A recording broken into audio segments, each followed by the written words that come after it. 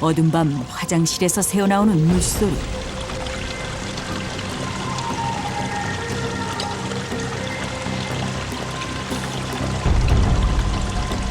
도대체 선을 씻고 있는 저 사람의 정체는? 아무도 없는 화장실, 잠겨있는 수도꼭지에서 들리는 물소리. 도대체 이 집엔 어떤 비밀이 숨겨져 있는 것일까?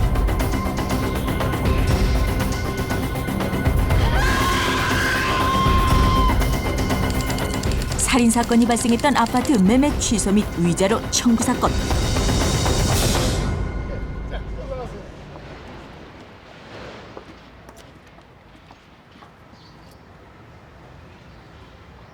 자, 보시죠. 다 좋은데 화장실은 손 좀 봐야겠습니다. 그 싸게 내 집 장만하면서 그 정도는 고쳐 쓰셔야지 뭐. 그런데 왜 이렇게 싸게 넣은 거예요? 혹시 무슨 문제 있는 거 아니에요? 그 문제는 무슨? 내가 부동산 중개업자 20년째요. 응? 문제가 있는 집을 내가 담보로 잡았겠수? 내가 돈이 급해서 시세보다 2천만 원을 싸게 드리는 거요. 싫으면 말고. 아니에요. 당장 계약하죠.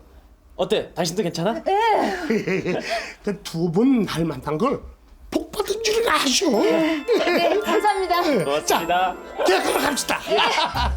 악착같이 모아 결혼 3년 만에 부동산 중개업자가 직접 소유하고 있던 아파트 한 채를 장만하게 된 이승택, 최지영 씨.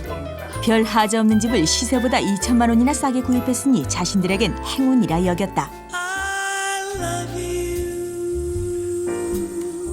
여보, 우리에게도 이런 집이 생기다니 정말 꿈만 같지 않아? 앞으로는 잘해드릴게요. 그런 거 말고 나 정말 바라고 싶은 게 따로 있어. 뭔데요? 아내가 내 집 장만하기 전에는 아이를 가지지 말자고 얘기를 했었거든요. 그 말에 저도 동의를 했고요. 그래서 저희는 집 장만하는데 뭐 한 5년은 걸리겠다 생각을 했는데 운이 좋았는지 3년 만에 집을 사게 된 거예요. 그리고 이사하자마자 바로 애가 생겼죠. 축하드립니다. 임신 5주입니다.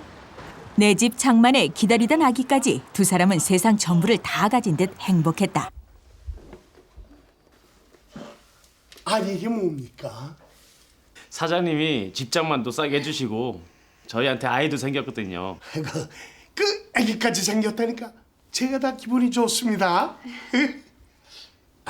그나저나 뭐 다른 얘기 들은 건 없으시고? 다른 얘기라뇨? 아니, 내가 그 집을 싸게 판 거라고 다른 부동산에서 고개한 그 헛소문을 퍼뜨린 것 같아서. 헛소문이요?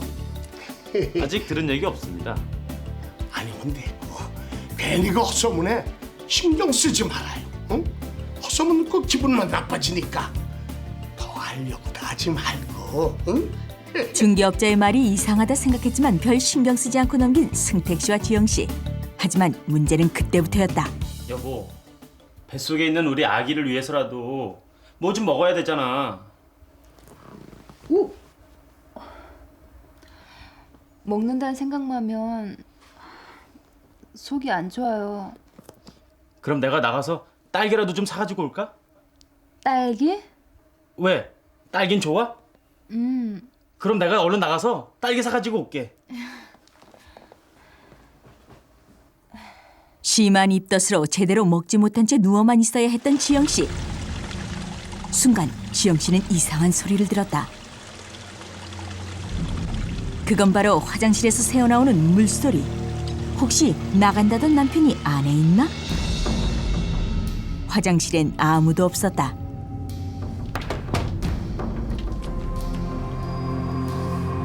이상하다. 누구나 한 번쯤은 환청을 들을 수 있다 마음을 가라앉히며 잠을 청하려는 지영 씨. 헌데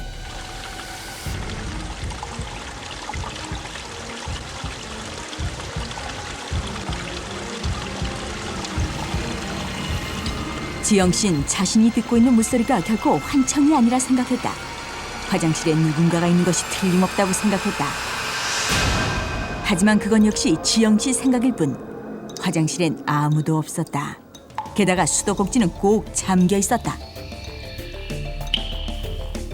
지영 씨는 결국 자신의 귀를 의심하기로 했다. 이 모두 입덧으로 몸이 쇠약해진 탓이라 여기면서 말이다. 하지만 그것도 잠시.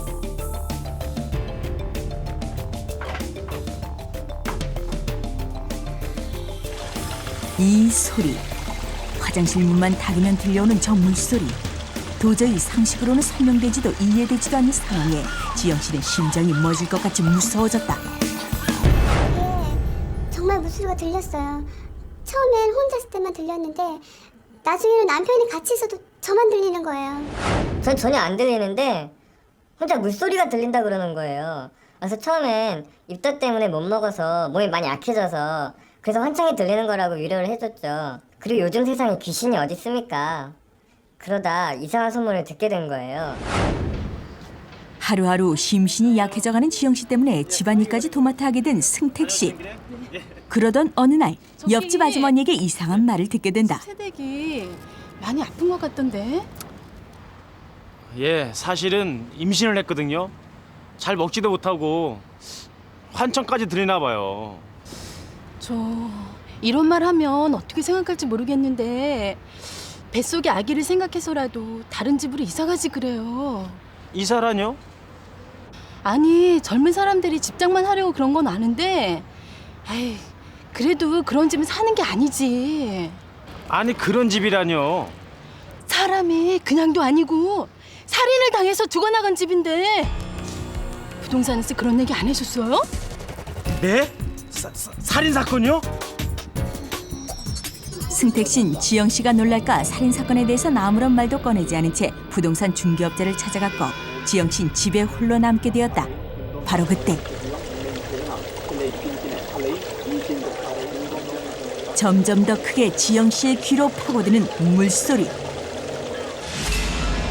살인 사건이 일어났다는 아파트.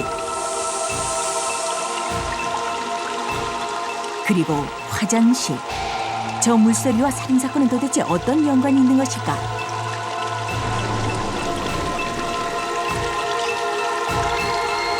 그 순간 영문도 모르는 지영 씨가 본 것은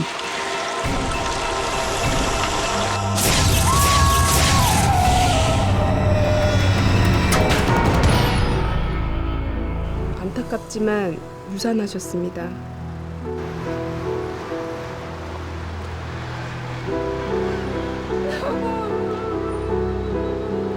괜찮아. 내가 꼭 돈 찾아러 올게. 가자고.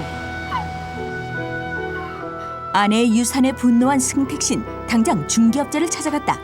이거 보세요. 아니 도대체 그렇게 문제가 있는 집을 저한테 넘기신 이유가 뭡니까? 뭐요? 아 그렇게 따지고 들면 이 세상에 문제 없는 집이 어디 있어? 어? 아 우리나라에 제사 안 지내는 집 있어? 아이고 그럼 귀신 있는 집 하나도 없겠네. 뭐라고요? 그럼 처음부터 집을 팔 때 그런 사실을 알려줬어야 되는 게 당신 의무 아닙니까? 귀신 나오는 집에선 단 하루라도 살 수 없으니까 당장 집값 돌려주세요. 설사 살인 사건이 났던 집이라고 쳐. 그것하고 당신들과 귀신 소동하고 무슨 상관이람? 응? 의뢰인의 눈에만 보이는 귀신 때문에 부동산 매매를 취소할 수 없다는 사건 상대방. 우린 그 집 때문에 아기까지 잃었다고요.